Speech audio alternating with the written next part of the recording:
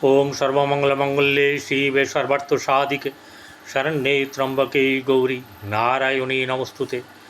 सृष्टिस्थिति विनाशानंग शक्तिभूते सनातनी गुणाश्रय गुणमये नारायणी नमस्तुते। जय बड़ मायर जय, जय महादेवी महामायर जय।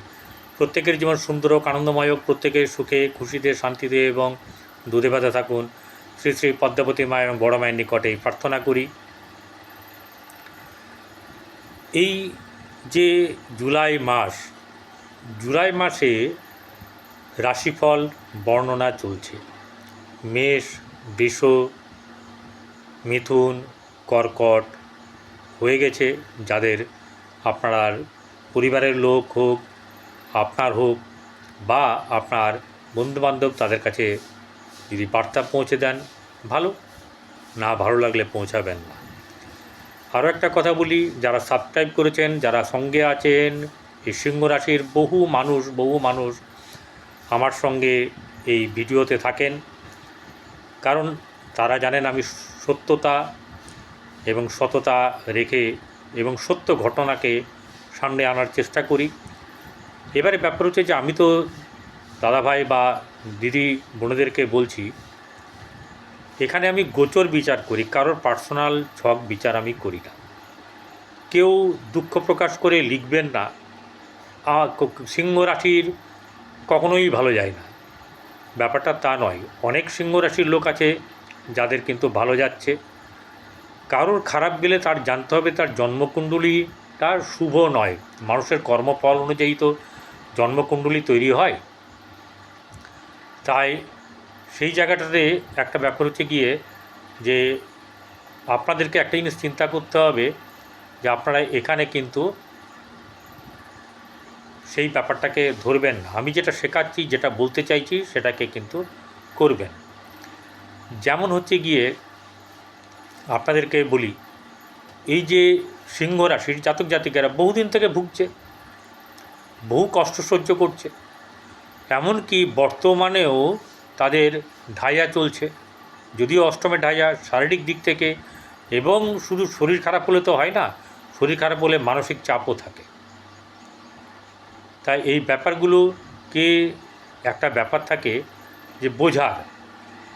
আমি এখানে গ্রহ যেভাবে থাকে সেইভাবে আমি বিচার করি। যাই হোক, এই জুলাই মাসটা এক অত্যন্ত শুভ মানুষের নাম দিয়ে শুরু করব। তিনি ছাড়া আমরা কিছু চিন্তা করতে পারি না। যেমন দুর্গাপুর, কল্যাণী তার নিজের শহর, নিজের বানানো শহর। তিনি আমাদের মুখ্যমন্ত্রী ছিলেন। তিনি হচ্ছেন ডক্টর বিধানচন্দ্র রায়, যার জন্ম এবং মৃত্যু দিবস একই দিনে। এরকম বিরল স্বনামধন্য মানুষ আমাদের পৃথিবীতেই খুব কম, যার দূর থেকে বলে দেওয়ার মতন ক্ষমতা ছিল কী রোগ হয়েছে। তাই তার নাম দিয়েই আমাদের এই যাত্রাপথ শুরু করলাম। 1 জুলাই সেদিনকে কিন্তু বাংলা তারিখ থাকবে 16ই আষাঢ়, মঙ্গলবার, শুক্লপক্ষের ষষ্ঠী তিথি থাকবে।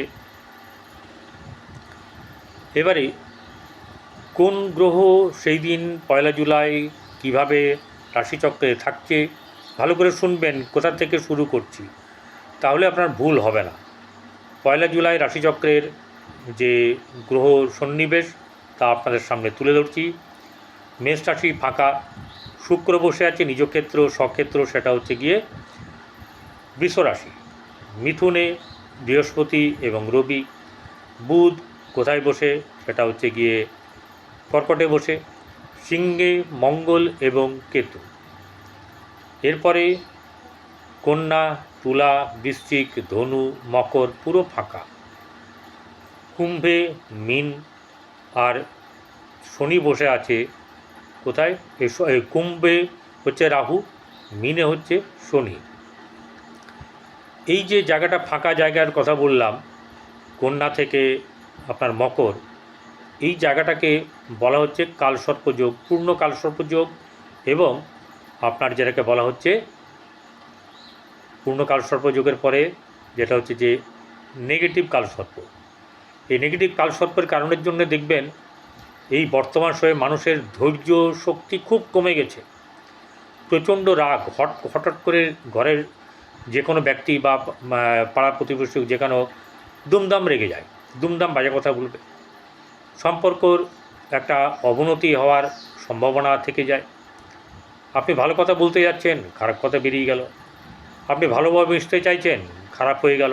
এই রকম নানা ধরনের খারাপ কিছু ঘটার সম্ভাবনা প্রবল থেকে প্রবলতর দিনকে দিন এগুলো কম বেশি করে বাড়তে থাকবে। তাহলে আমরা এবার দেখে নেব যে গ্রহগুলো যেখানে বললাম সেখানে থাকবে না নড়ে চড়ে বসবে। নড়বে, যেমন রবি 16ই জুলাই অপরাহ্ন 5:32 সে মিথুন রাশি থেকে কর্কটে গমন করবে। চন্দ্র মীন রাশি থেকে, মীন রাশির পূর্ব ভাদ্রপদ নক্ষত্র অর্থাৎ 1 জুলাই থেকে যাত্রা শুরু করে সে 31 জুলাই তুলা রাশিতে সাথী নক্ষত্রে তার যাত্রাপথ সমাপ্ত করবে। মঙ্গল 28 জুলাই রাত 8:40 ঘটিকার পর কন্যা রাশিতে গমন করবে। বুধ 18 জুলাই সকাল 10:13 বক্রী হয়ে যাবে। বৃহস্পতি মিথুনেই অবস্থান করবে, 17 জুলাই পূর্বে উদয় হবে। শুক্র 26 জুলাই সকাল 8:57 পরে মিথুনে প্রবেশ করবে স্বক্ষেত্র ছেড়ে। শনি 13 জুলাই সকাল 9:37 পরে বক্রী হবেন। দুটি গ্রহ বক্রী, এক হচ্ছে বুধ এবং শনি। রাহু কুম্ভে থাকবে, কেতু মীন রাশিতে অবস্থান করবে। এবারে সিংহ রাশির জাতক জাতিকাদের কেমন হবে দেখুন। রাশিতেই মঙ্গল বসে আছে, যেটা কিনা ভালো না। আপনার পেট সংক্রান্ত ব্যাপার, কেতু বসে আছে। শরীরের এমন কিছু রোগ, তারপরে আবার ঢাইয়া, এমন কিছু রোগ বাসা বাঁধবে যা নিয়ে আপনাকে কিন্তু আজকে ব্লাড টেস্ট, তো কালকে ডাক্তারের কাছে যাওয়া, ওষুধের পরিবর্তন, নানা রকম এসব ব্যাপার কিন্তু চলতে থাকবে। মন মেজাজও ভালো থাকবে না, শরীরও ভালো থাকবে না। কখনো কখনো ফুরফুরে মেজাজ এলেও রাহু তো কখনো কখনো তৃপ্তি দেয়।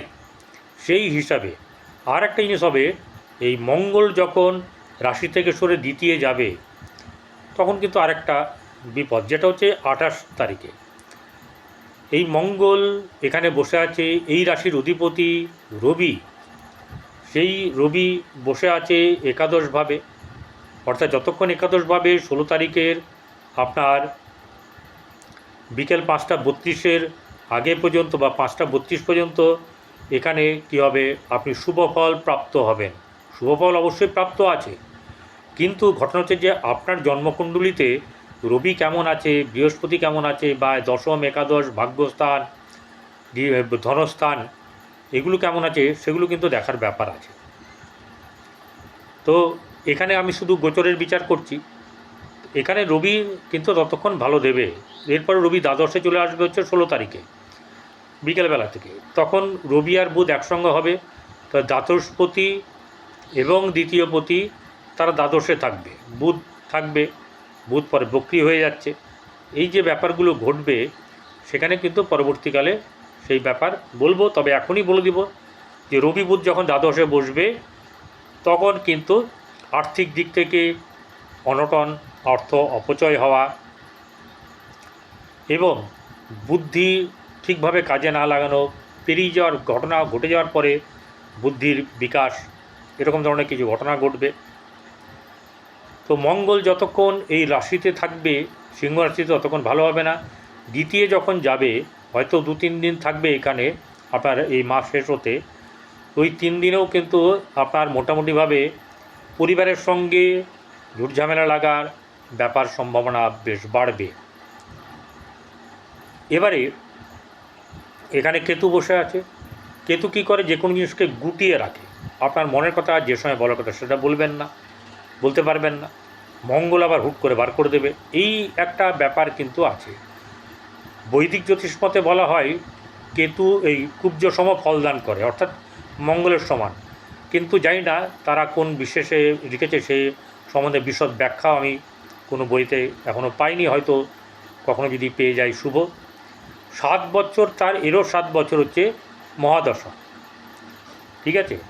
তো এখানে একটা ব্যাপার হচ্ছে গিয়ে কেতু বসে থাকা ভালো না। চন্দ্র সেই ঘরে সেদিনকেই বসে থাকবে 1 জুলাই। তাই 1 জুলাইয়ের দিনকে আপনার 2 দিন 3 দিন অন্তত ভালো যাবে না।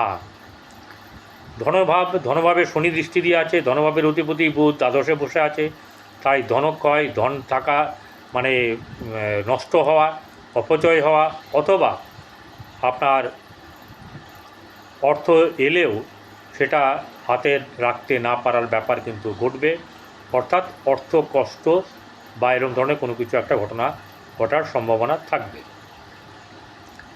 এবারে চলে আসবো হচ্ছে গিয়ে ভাতৃভাব মধ্যম শুভ যাবে, কারণ বৃহস্পতি এবং রাহু দৃষ্টি আছে, মাঝে মাঝে খারাপ মাঝে মাঝে ভালো, এসব চলতে থাকবে, জোয়ার বাটা, খারাপ হবে না।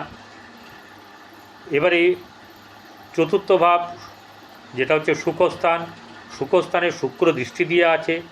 এখন বর্তমানে যতক্ষণ মঙ্গল 28 তারিখ অবধি এখানে দৃষ্টি দেবে, 28 তারিখ দৃষ্টি দেওয়াতে মঙ্গল নিজের করে দৃষ্টি দেবে, একরকম চলবে, কিন্তু ওদিক থেকে শুক্র আবার দৃষ্টি দেবে, তাহলে এখানে ভালো মন্দ মিশিয়ে চলবে। কিন্তু অ্যাকচুয়ালি এই সময় আপনাদের মানে বাড়ি এক্সটেনশন, বাড়ি কেনা বা ফ্ল্যাট কেনা, এসব ব্যাপারগুলো কিন্তু হবে, বা বাড়ির কোনো উন্নতি, এসব ব্যাপারও কিন্তু হওয়ার সম্ভাবনা থাকবে। বাড়ির গৃহ সম্পর্কিত ব্যাপার কিন্তু ভালো থাকবে।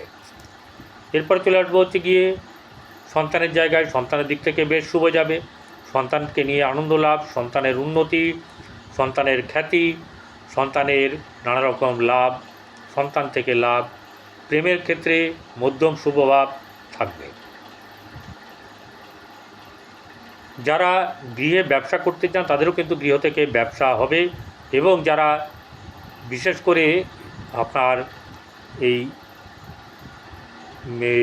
যেটা হচ্ছে গিয়ে আপনার ইউটিউবে ভিডিও বা আপনার ফেসবুকে ভিডিও বা ইনস্টাগ্রামে ভিডিও করেন, ব্লগ করেন, তাদের ক্ষেত্রে কিন্তু শুভ যোগাযোগ হবে, তারা ভালো রোজগারের পথে এগিয়ে যেতে পারবে।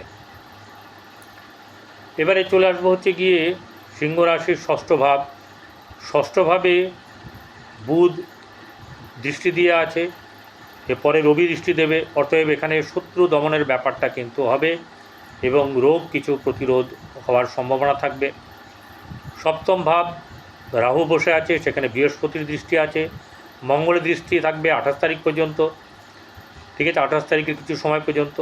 তাই এখানে আপনাদের এই সপ্তম ভাব ব্যবসার স্থান মধ্যম শুভ যাবে, খুব বেশি ভালো যাবে এমনটা নয়, তবে খুব খারাপের থেকেও বেঁচে যাবেন, এবং কখনো কখনো খুব ভালো হবে, আবার কখনো বসে থাকা বা কম বিক্রি হওয়া, এইসব ব্যাপারগুলো কিন্তু হবে। আর যেটা হচ্ছে শারীরিক দিক থেকে আপনাদেরকে মানে যেটাকে বলা হচ্ছে যে সচেতন থাকতে হবে, দরকার হলে চিকিৎসকের পরামর্শ নেবেন, সময়টা কিন্তু মোটেও ভালো না। ভাগ্যপতি দ্বিতীয় রাশিতে বসে আছে, অতএব ভাগ্য আপনার যে খুব খারাপ হবে তা নয়, কিন্তু খুব জলজল করবে সেটাও হবে না, মাঝে মধ্যে মানে শিকে ছিঁড়বে, এরকম একটা ব্যাপার হওয়ার সম্ভাবনা। এরপরে যেটা হচ্ছে গিয়ে দশম কর্মস্থান, সেখানে শুক্র নিজের ঘরে বসে আছে, এবং এই শুক্র এখানে থাকবে হচ্ছে গিয়ে 26 তারিখ পর্যন্ত। অতএব এই সময়তে কর্মলাভ, ভালো জায়গাতে বেশ কর্মলাভ হওয়ার সম্ভাবনা থাকবে, সুখ থাকবে, সেই কর্মলাভে অর্থও থাকবে, এই ব্যাপারগুলো ভালো মতন ঘটবে এবং সেই পথে এগোবেন। সাফল্যের জায়গায় এই রাশি মাসে বেশ সাফল্য লাভের সম্ভাবনা, সম্মানও পাবেন, সম্মানের সঙ্গে কাজে জড়াবেন, এবং সেটা কিন্তু আপনার পক্ষে অনেক ভালো হবে। আর্থিক দিক থেকে ভালো হবে, নানারকমভাবে আপনার কষ্ট সমস্যা ভালো থাকবে, শারীরিক দিক থেকে খারাপ থাকবে। আপনারা পশুকে অর্থাৎ গরু, কুকুর, কাককে খাওয়ান, এতে আপনাদের ভালো হবে। আর যেটা হচ্ছে গিয়ে আপনারা জলাশয়ে মাছকেও কিন্তু খাওয়াবেন, হনুমান চালিসা পড়বেন, বড় মায়ের পুজো করুন, মা পদ্মা দেবীর পুজো করুন, এতে আপনাদের কিন্তু খুব ভালো হবে। নমস্কার, ভালো থাকবেন।